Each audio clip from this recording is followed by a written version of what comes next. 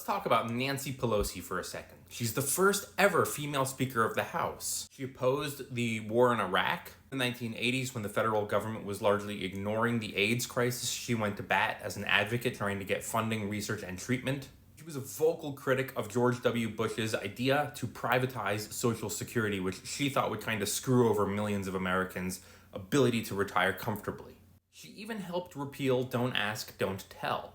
But Nancy Pelosi is really known for one thing. Nancy Pelosi dominates Wall Street. Look at her net worth. In 2022, her net worth was $189 million. In 2023, her net worth was $231 million. Nancy Pelosi's net worth in the last year has gone up a staggering $23 million. I think it's also important to note that Nancy Pelosi isn't the only politician turned mega investor. You can see here, this is a list of politicians who beat the SPY in 2021, and you can see Nancy Pelosi is all the way down here. And this is 2023, and Nancy Pelosi is right here. Who are these people? No one ever talks about them. But like so many other members of Congress who are doing this, Nancy Pelosi has also come under fire. It's important to also note that her husband founded and currently runs a venture capital firm. This is what he does for a living. Stock market's open.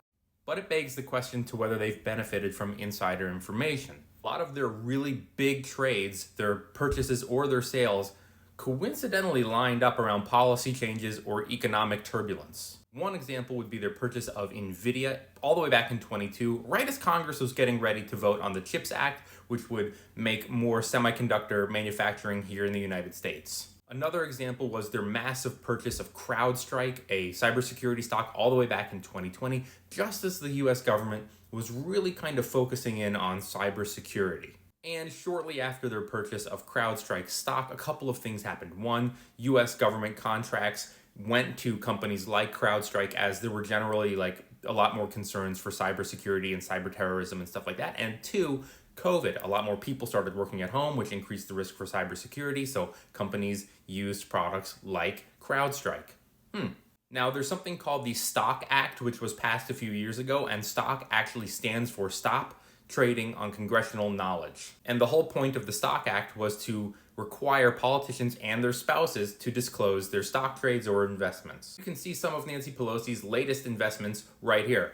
Broadcom, Tesla, Palo Alto, Nvidia, Apple. You might be saying, how come there hasn't been an investigation? And that's because in order to investigate them, you need proof. You need hard evidence that she went home or texted him or emailed him or said something that someone overheard that said, hey, go buy stock in CrowdStrike because I just got out of a meeting where they're talking about boosting contracts to cybersecurity companies. And no hard proof like that exists, and anything else they can just chalk up to it was a coincidence, or hey, it's being discussed in the news. This is public information. Everybody knows about this. And this is part of the reason that I invested in Palantir all the way back in 2021, because they had started to get some government contracts. And as an aside, since we're talking about it, so many people who follow me have said, how did you know about Palantir in 2021? How did you know? No one heard of it. You gotta read the news, you gotta pay attention, and you gotta learn how to run fundamental analysis on companies. I'll show you quickly how I do it.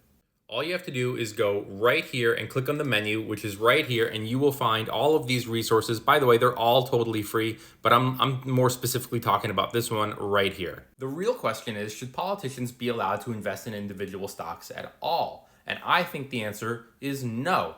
If you want to save up a little something for retirement, you can get an ETF or an index fund. Let me know what you think about all of this in the comments below. Make sure you smash that follow. Thanks for watching. See you later.